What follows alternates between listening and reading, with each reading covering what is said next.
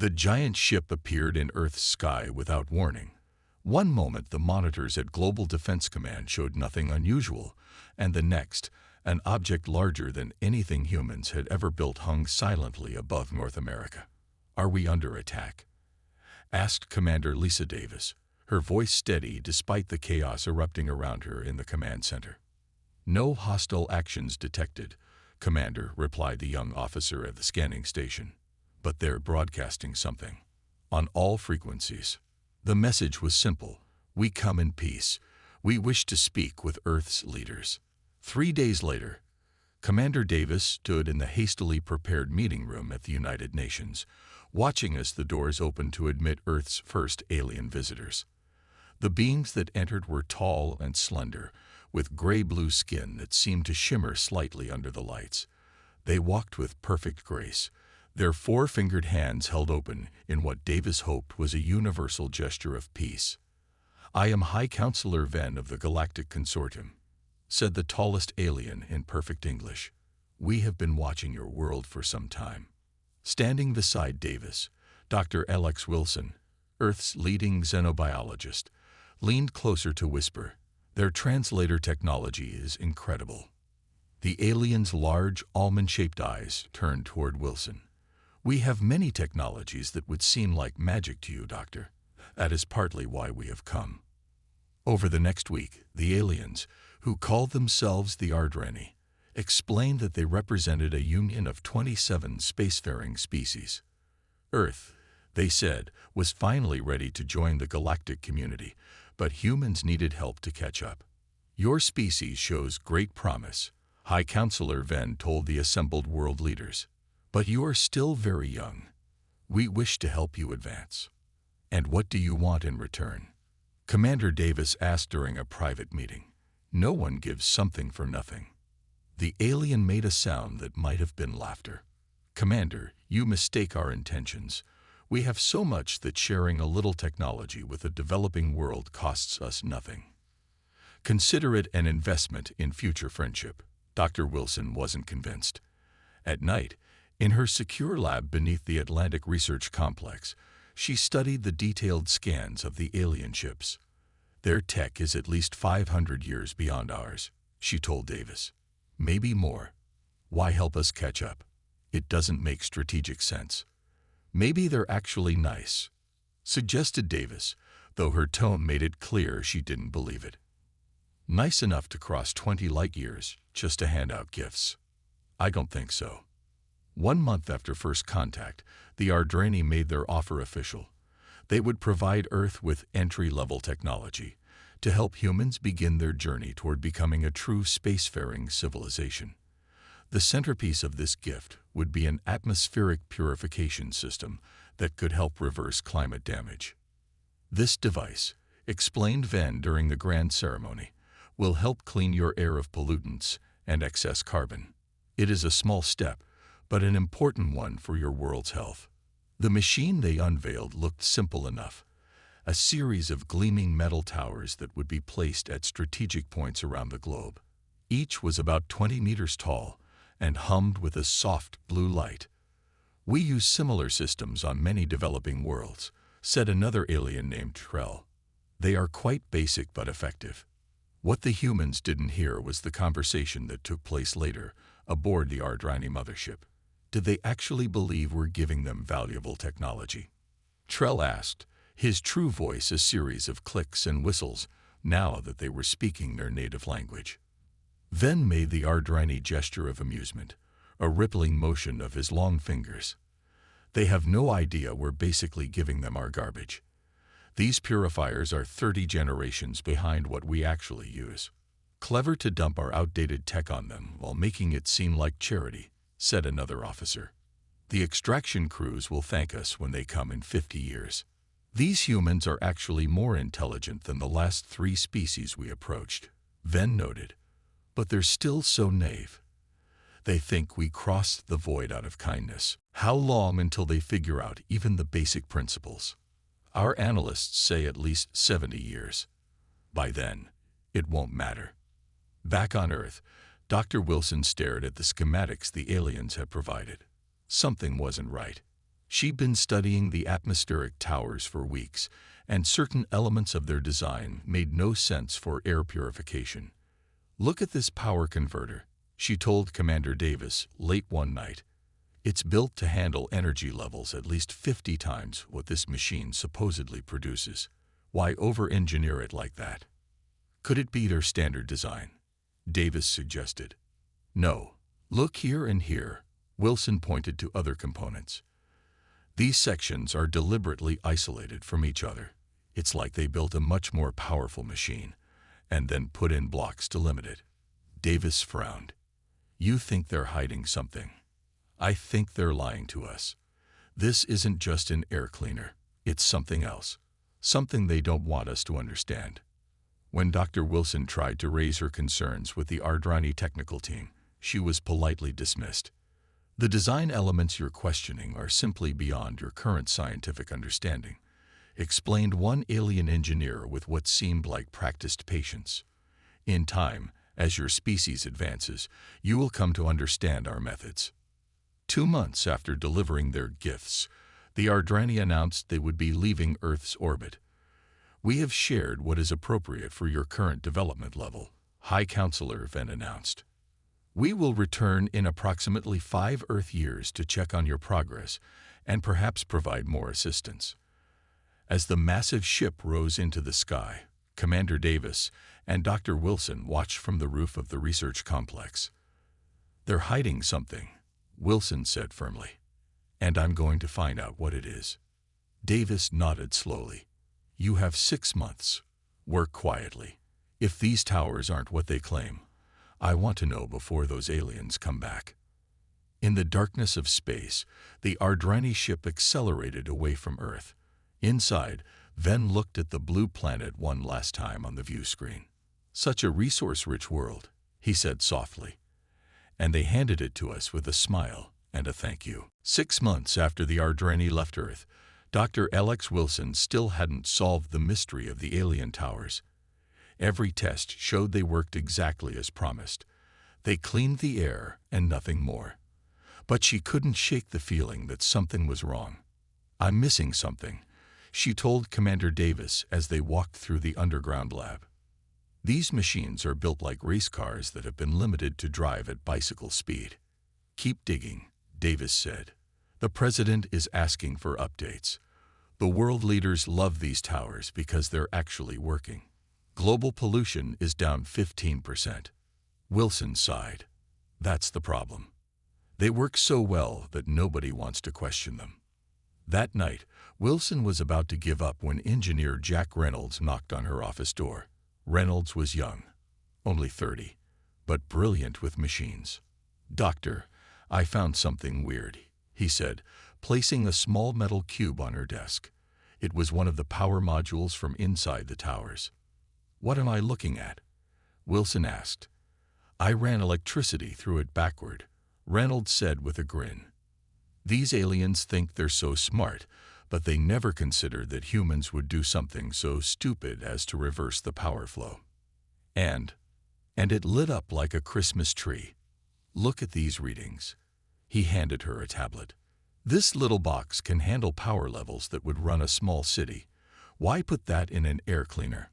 Wilson's eyes widened as she studied the numbers. "This changes everything." Within a week, Wilson and Reynolds had assembled a small team of trusted scientists and engineers. They called their secret project Phoenix. Commander Davis provided them with a hidden facility beneath the main Atlantic Research Complex, away from prying eyes and regular security patrols. "The aliens might have left monitoring devices," Davis warned. "Keep this quiet." In the Phoenix lab, Reynolds made another discovery. "These components aren't just over-engineered," he explained to the team. "They're deliberately limited. See these connection points? They're blocked off. It's like buying a sports car where someone has disconnected 4 of the 6 cylinders." "Can we reconnect them?" Wilson asked. "Better than that," Reynolds said. "We can bypass their blocks completely and build our own connections." For the next 3 months, the team worked day and night. They took apart one of the towers piece by piece, studying how each part worked and how they fit together. Slowly, a new understanding emerged. This isn't an air purifier, Wilson announced one day. Or at least, that's not what it was designed to be. This is a power manipulation system. The air cleaning is just a side effect of its lowest setting. Reynolds nodded. It's like giving a calculator to someone who's never seen one before and telling them it's only for adding numbers. Meanwhile, it can do calculus, but those buttons have been covered up. So what's it really for? Asked another scientist. Wilson pointed to their main diagram. We think it's part of a defense system. These towers can generate energy fields, potentially very powerful ones.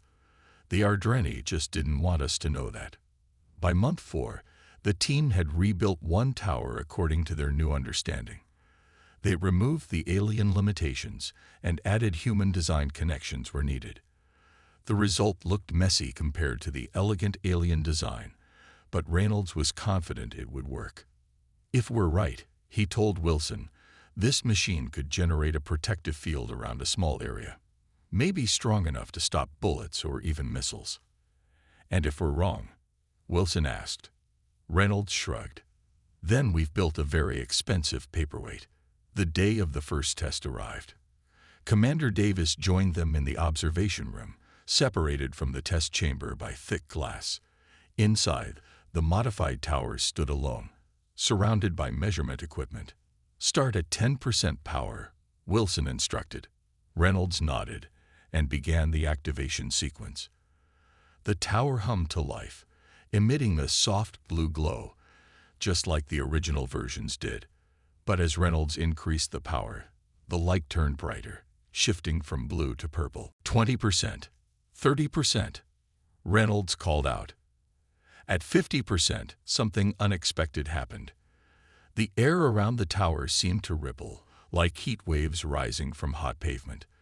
The instruments in the room began to display error messages. What's happening? Davis asked. I don't know, Wilson admitted, but it's working. Somehow. Reynolds continued. 60%, 70%. At 75%, the rippling air suddenly expanded outward in a visible wave. The wave passed through the glass like it wasn't there and washed over everyone in the observation room. For a split second, every electronic device went dead. Then they all came back on. Cut power, Wilson shouted. Reynolds quickly shut down the machine. The room fell silent except for the beeping of reset equipment. What was that? Davis asked, her voice barely above a whisper. Wilson checked the readings from before the shutdown. It looks like an energy field, but not like anything I've ever seen. It passed through solid objects but affected only electronics. It didn't affect the alien tech, Reynolds pointed out, gesturing to a small Ardreni device they kept for testing. Everything we built shut down, but their analyzer stayed on. Wilson's eyes widened with understanding. That's it. This isn't just any defense system. It's specifically designed to work against certain types of technology. Their technology. You're saying we just accidentally built an anti-Ardreni weapon? Davis asked. Not exactly, Wilson said. We built what they already had, but they never showed us how to use it. They gave us a gun but told us it was only good for hammering nails. And we just figured out how to pull the trigger, Reynolds added. Davis looked at the tower with new respect and fear. Can you make it bigger? More powerful? Wilson and Reynolds exchanged glances, with more research and resources. Yes, Wilson said. We could potentially build a system that could protect a much larger area. Do it, Davis ordered. The Ardreni said they'd return in 5 years. I want to be ready when they do. As Wilson and Reynolds began planning their next steps, none of them realized that their test had already attracted attention. Far away at the edge of the solar system, a small monitoring probe sent by the Ardreni detected the energy pulse.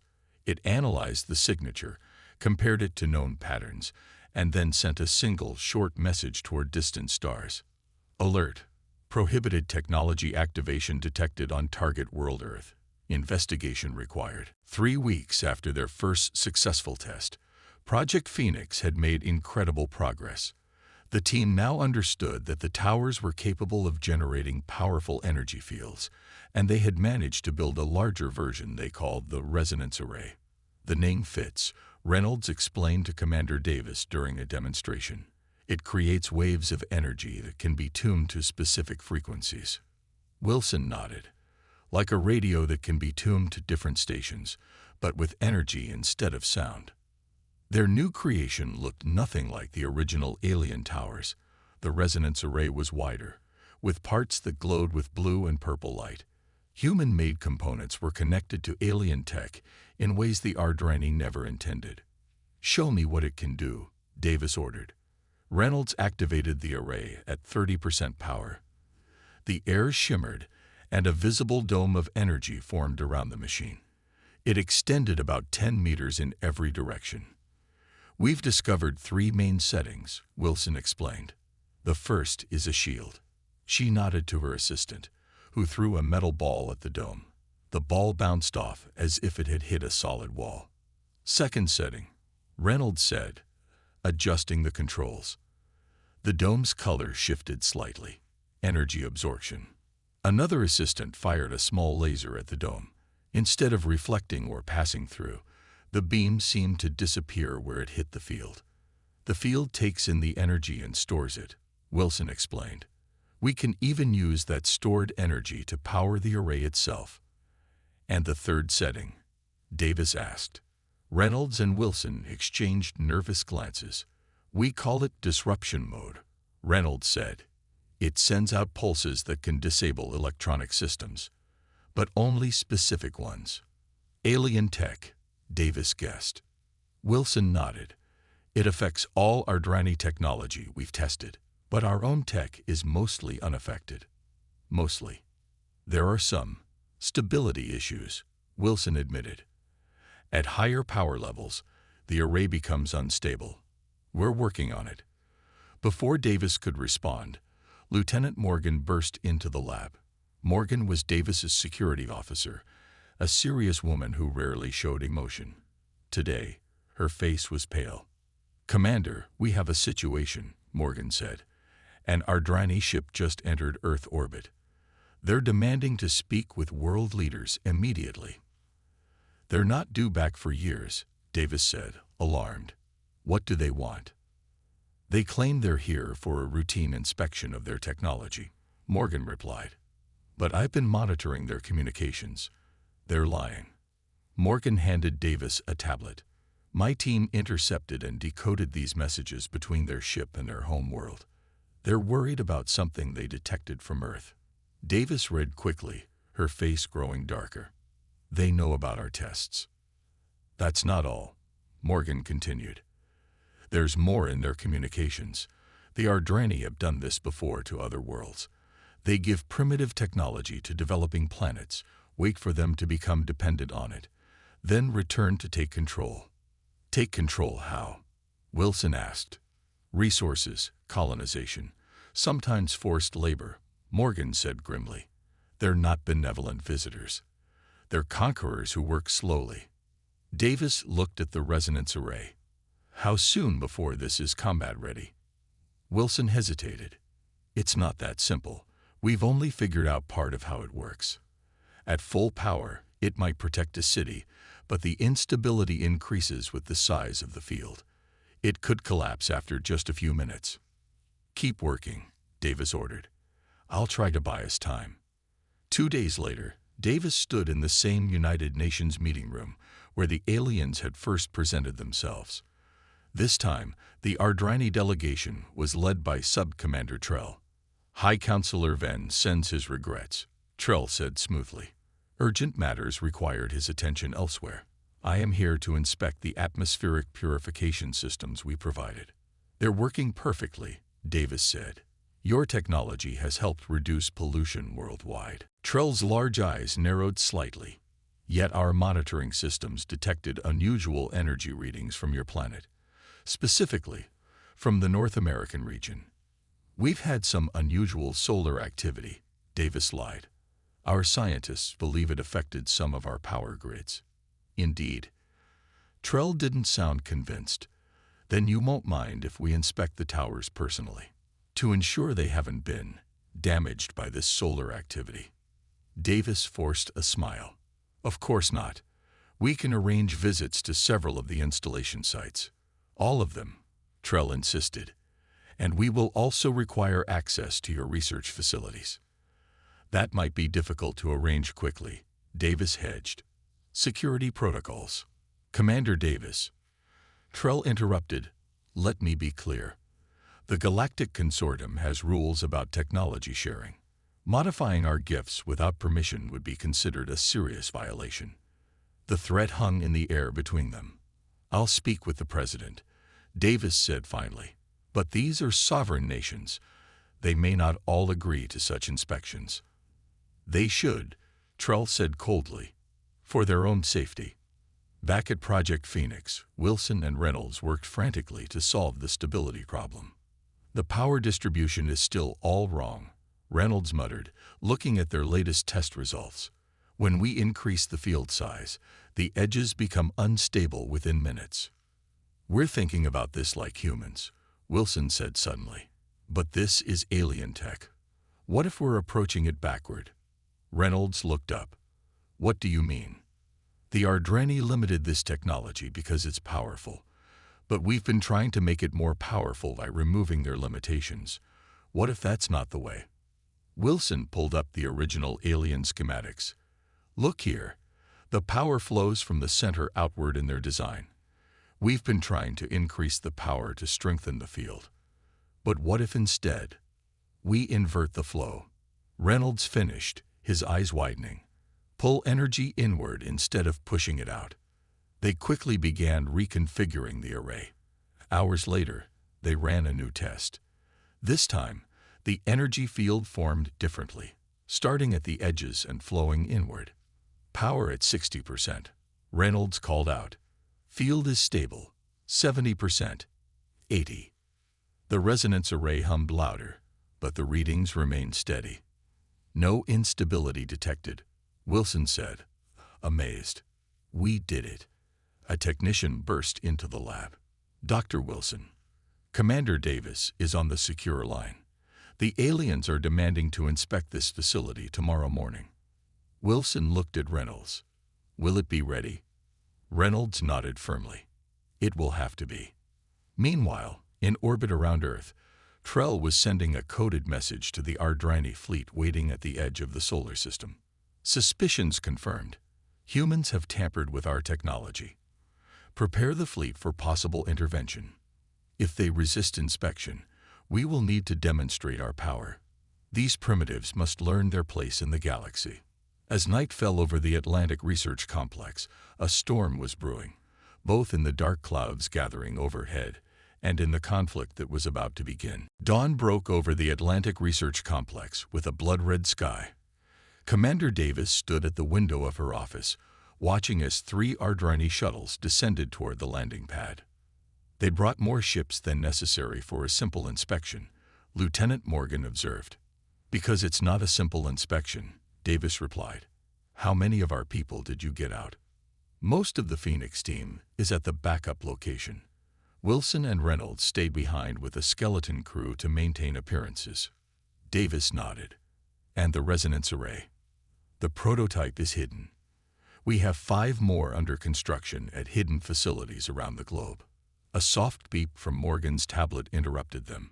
Commander, you need to see this, she said, her voice tight with concern. She handed Davis the device. On the screen was a satellite image showing dozens of large ships appearing at the edge of the solar system. When was this taken? Davis asked. 10 minutes ago. They're not trying to hide anymore. Davis's face hardened. So much for their friendly visit. Call the President. Tell him we were right. This is an invasion force. Sub-Commander Trell walked through the research complex with 4 armed Ardreni guards. Their weapons were unlike anything humans had seen before, sleek devices that hummed with energy. Your facility seems different from our last visit, Trell said to Dr. Wilson, who was leading the tour. We've made some improvements to our research methods, Wilson replied carefully. Indeed.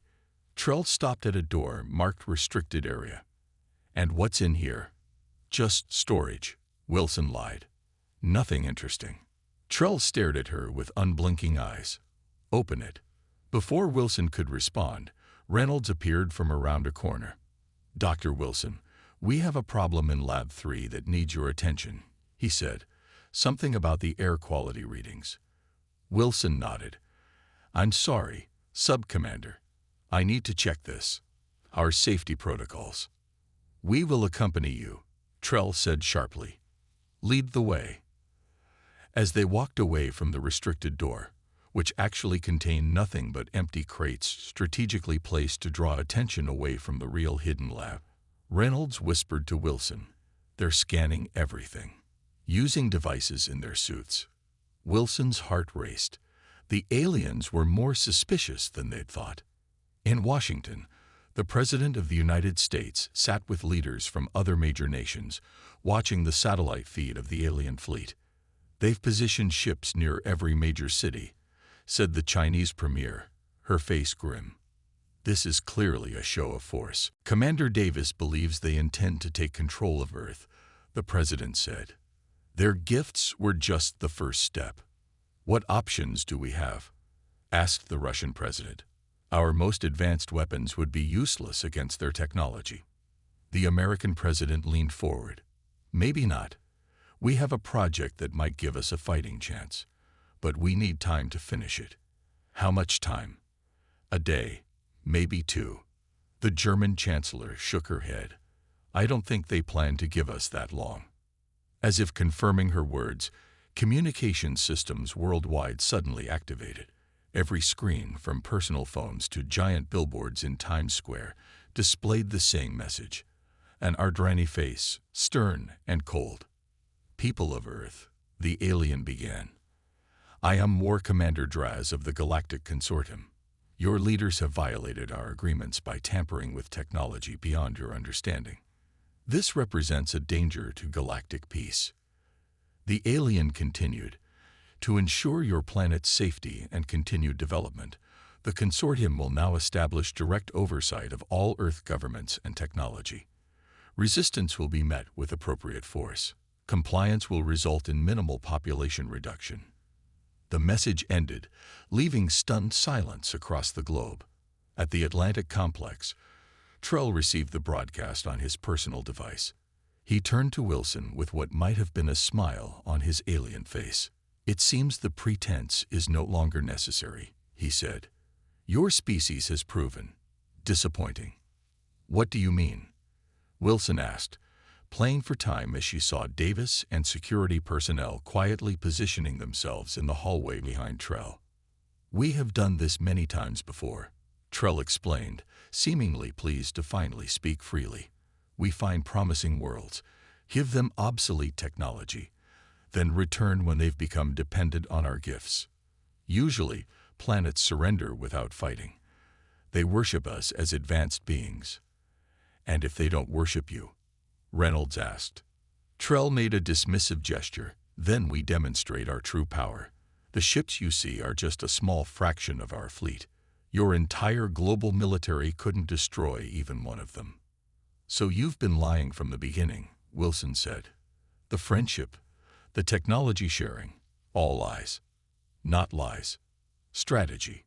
Trell's voice hardened. "Now you will show me what you've done with our purification towers. We detected energy signatures that should be impossible with the technology we provided." Before Wilson could answer, Commander Davis stepped forward. "Sub-Commander Trell, by authority of the United Earth Defense Force, you and your team are being detained as hostile foreign agents." Trell laughed, a cold, flicking sound. "You cannot detain us. Your weapons are useless against our protective fields." "We'll see about that," Davis said. She nodded to a security officer who pressed a button on his wrist device. Suddenly, the lights in the hallway flickered. A low hum filled the air, and Trell's translator device sparked and went silent. The alien's expression changed from amusement to confusion as he tried to activate his weapon, but nothing happened. "What have you done?" he demanded in his native language. which now came out as meaningless clicks to human ears. Davis didn't understand his words, but his panic was clear. "That's a localized version of what we've been working on," she said. "It disrupts Ardrani technology. Only Ardrani technology." Security officers quickly surrounded the aliens, whose weapons and protective devices had all failed simultaneously. In orbit, War Commander Draz received an urgent message from his ground team. The transmission cut off mid-sentence. "What happened?" he demanded. "Unknown, Commander," replied his officer. "All contact with the inspection team lost." Draz's eyes narrowed. "These humans are more resourceful than our reports indicated. Begin the first phase of the occupation. Target their military installations and government centers." "With respect, Commander," his second-in-command said hesitantly, "shouldn't we attempt to recover our ground team first?" "They are expendable," Draz said coldly. "This world has valuable resources and a strategic position. The consortium wants it secured quickly." As Draz gave the order to attack, he had no idea that on Earth, the humans were preparing a surprise of their own.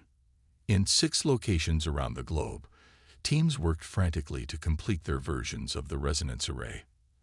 At the secret backup facility, Wilson and Reynolds, having been evacuated from the main complex, made final adjustments to their creation. "Will it work against their ships?" Davis asked, watching them work. Reynolds looked up, determination in his eyes. "There's only one way to find out." Night fell across the world as the Ardrani ships moved into attack position. Thousands of smaller craft poured from the larger vessels, descending toward major cities. On screens everywhere, people watched in horror as the invasion began. In the hidden command center beneath the Rocky Mountains, Commander Davis stood before a wall of monitors showing the alien ships' positions. "They're targeting military bases first," Lieutenant Morgan reported. "Then power stations and communication centers." "Classic invasion strategy," Davis said grimly. "Cut off our ability to coordinate a defense, then hit civilian targets to force surrender." The President's face appeared on the main screen. "Commander, please tell me Project Phoenix is ready." "Almost, sir. Dr. Wilson reports 5 of the 6 resonance arrays are operational. The 6th is at 90%. Will 5 be enough?" Davis exchanged glances with Lieutenant Morgan. "We don't know, sir. This is untested technology." The President looked tired but determined. "We're out of options. The aliens have already destroyed 3 Air Force bases and 2 naval fleets. Our weapons barely scratched their shields. We need to activate Phoenix now." Davis nodded. "Understood, sir." She turned to her communications officer. "Connect me to all Phoenix sites." At the primary Phoenix facility, Dr. Wilson and Reynolds made final adjustments to the main resonance array. This version was much larger than their prototype. A massive ring of interlinked components surrounding a central core that pulsed with blue-white light. "Final power check," Reynolds called out. "All systems green," responded a technician. "Auxiliary power standing by." Wilson's tablet beeped with an incoming call. "It's Davis," she said to Reynolds. "They want us to activate." "The European array isn't ready," Reynolds warned. "It doesn't matter now," Wilson replied. "The aliens are attacking Paris. We can't wait." Wilson accepted the call. Commander Davis's face appeared on screen, her expression grim. "Dr. Wilson, Operation Phoenix is go. Activate all arrays immediately." "Understood, Commander." "Initiating startup sequence now." Wilson turned to the main control panel. "This is Phoenix Control to all stations. Begin synchronized activation on my mark. 3, 2, 1, mark." Around the world, 5 massive resonance arrays hummed to life. In North America, Asia, Africa, Australia, and South America, the machines began to generate energy fields that expanded upward into the sky. Only Europe remained unprotected. In orbit, War Commander Draz watched with mild curiosity as his sensors detected unusual energy readings from the planet below. "What are they doing?" he asked his science officer. Unknown, Commander. The energy signature doesn't match any known human technology. Draz's eyes narrowed. Could it be derived from our purification towers? Impossible, the science officer replied confidently. The technology we provided was too basic to be weaponized. Their scientists couldn't possibly understand the principles involved. Nevertheless, Draz said, target those energy sources. Destroy them before they become a problem. The first Ardrani attack came swiftly. A massive energy beam shot down from one of their ships, aimed directly at the North American array. As the beam struck the expanding energy field, something unexpected happened. Instead of destroying the array, the beam's energy was absorbed into the field, causing it to glow brighter. It's working, Reynolds shouted, watching the readings spike. The field is absorbing their attack and getting stronger. Wilson nodded excitedly, just as we hoped. Now for Phase 2. She pressed a series of commands into the control system. All stations, initiate synchronization. Link all fields on my mark. Now. Across the globe, the separate energy fields began to pulse in unison. Lines of force appeared in the sky, connecting the 5 active arrays. Gradually, they formed a web of energy that surrounded most of the planet. Shield network at 70% coverage, Reynolds reported. The European gap is still vulnerable. Redirect power to strengthen the edges around Europe, Wilson ordered. We need to close that gap as much as possible. In the command ship, Draz received concerning reports. Commander, our weapons are having no effect on their energy shield, his tactical officer reported. In fact, each attack seems to be making it stronger. Impossible. Draz slammed his fist on his command chair. These are primitives. They can't have technology that rivals ours. Sir, the shield doesn't rival our technology, the science officer said slowly, studying his readings with growing alarm. It is our technology. Somehow they've adapted the purification systems into a planetary defense network. Draz's eyes widened in shock. How could they do that? Those systems were deliberately crippled. I don't know, sir, but there's more. The shield is still expanding, and it's beginning to generate a feedback pulse each time we attack it. What kind of pulse? Before the officer could answer, the entire ship shuddered violently. What was that? Draz demanded. Sir, the human shield just reflected our attack back at us, but at 10 times the power. 3 of our escort ships have lost main power. Draz stood up, his confidence shaken for the first time. Target the gap in their shield. There. He pointed to the display showing Europe. Concentrate all fire on breaking through there before they complete their network. On Earth, alarms blared in the Phoenix control room. They're targeting Europe, shouted a technician. Multiple ships converging.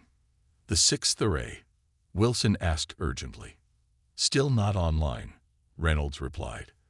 They're having power integration problems. Davis's voice came through the speakers. Dr. Wilson, if they break through that gap, we lose everything. What options do we have? Wilson thought quickly, then turned to Reynolds. The inversion principle. If we reverse the power flow completely in all 5 active arrays, Reynolds' eyes widened. That would turn the shield into a weapon. The feedback could hit every Ardrani ship simultaneously. But we've never tested it at this scale, Wilson warned. It might burn out all the arrays. Do we have a choice?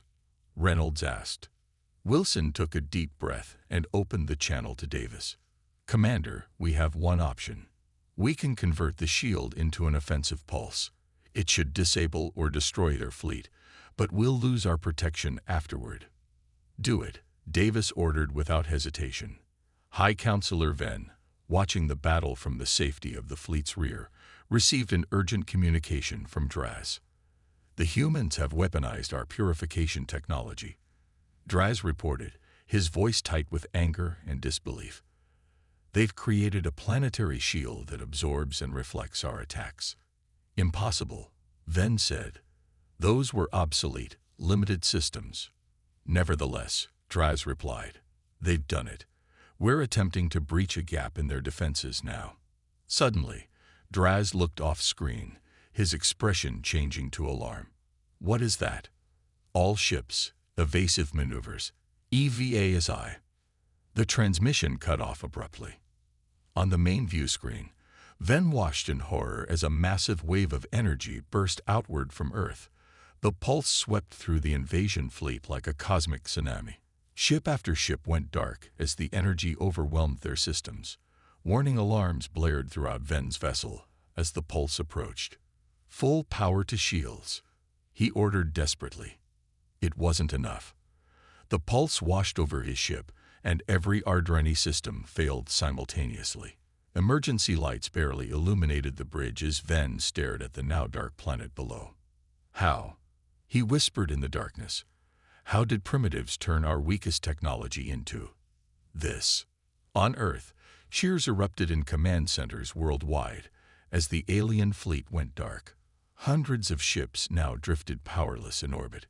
In the Phoenix Control Center, Wilson and Reynolds watched their monitors with exhausted satisfaction. The arrays are burnt out, Reynolds reported. Just as we expected. Wilson nodded. But it worked. We did it. Commander Davis's voice came through on emergency channels. Dr. Wilson, we're receiving a transmission from what appears to be the alien flagship. Their main commander wishes to discuss terms. Wilson smiled tiredly. Put him through. The screen flickered to life, showing High Counselor Ven's face, dimly lit by emergency lighting. This is impossible, Ven said without preamble. No species has ever reverse-engineered our technology so quickly, let alone improved upon it. We didn't just reverse-engineer it, Wilson replied. We reimagined it. You gave us your garbage and thought we wouldn't understand it. That was your mistake. A mistake we won't repeat, Ven said bitterly. What are your terms? Commander Davis stepped into view beside Wilson. First, your immediate withdrawal from Earth space. Second, full technological exchange. Real technology this time, not your cast-offs. Third, recognition of Earth as an equal partner in whatever galactic consortium you claim to represent. Ven stared in disbelief. You demand to be treated as equals. After one lucky victory. Davis smiled coldly. It wasn't luck. It was human ingenuity. And yes, we demand to be treated as equals. Otherwise. She nodded to Wilson, who held up a small device. We've kept copies of the resonance array designs, Wilson explained. We can rebuild them. Better ones. Ven was silent for a long moment. Finally, he nodded once. Very well. We will negotiate. As the transmission ended, Reynolds turned to Wilson. So what happens now? Wilson looked up at the monitor showing the disabled alien fleet. Now we show the galaxy what humans can really do when you underestimate us.